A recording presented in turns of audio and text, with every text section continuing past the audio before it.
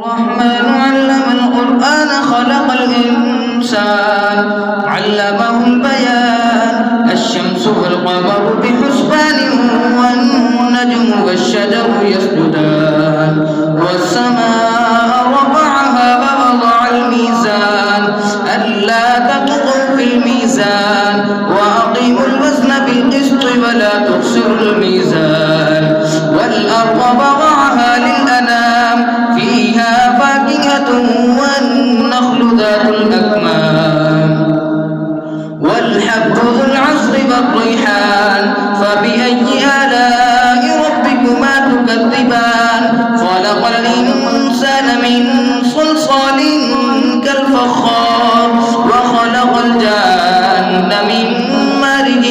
من نار فبأي آلاء ربكما تكذبان رب المشرقين ورب المغربين فبأي آلاء ربكما تكذبان مرج البحرين يلتقيان بينهما برزخ لا يبغيان فبأي آلاء ربكما تكذبان يخرج منهما اللؤلؤ والمرجان فبأي آلاء ربكما تكذبان وله الجبال المنشآت في البحر كالأعلام فبأي آلاء ربكما تكذبان كل من عليها فان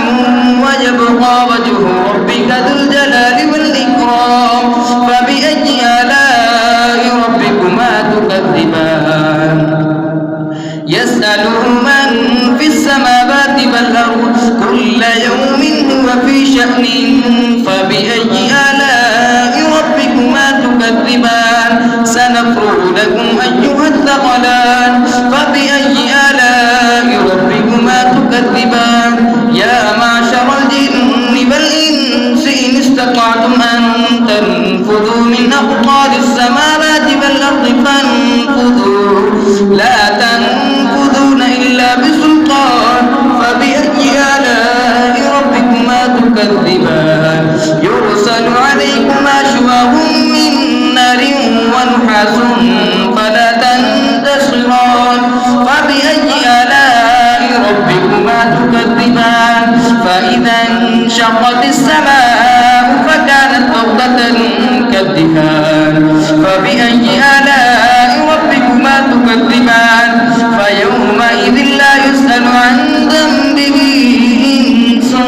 ولا جان فبأي آلاء ربكما تكذبان يعرف المجرمون بسيماهم فيؤخذ بالنواصي والأقدام فبأي آلاء ربكما تكذبان هذه جهنم التي يكذب بها المجرمون يطوفون بينها وبين حميم آن فبأي آلاء ربكما تكذبان ولمن خاف مقام ربه جنتان فبأي آلاء ربكما تكذبان ذواتا أفنان فبأي آلاء ربكما تكذبان فيهما عينان تجريان فبأي آلاء ربكما تكذبان فيهما من كل فاكهة زوجان فبأي آلاء ربكما تكذبان متكئين على فرش بطائنها من استبرق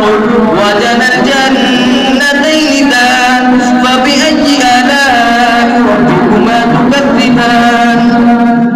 فيهن قاصرات الطرف لم يطمثهن إنس قبلهم ولا جان فبأي آلاء ربكما تكذبان كأنهن الياقوت والمرجان فبأي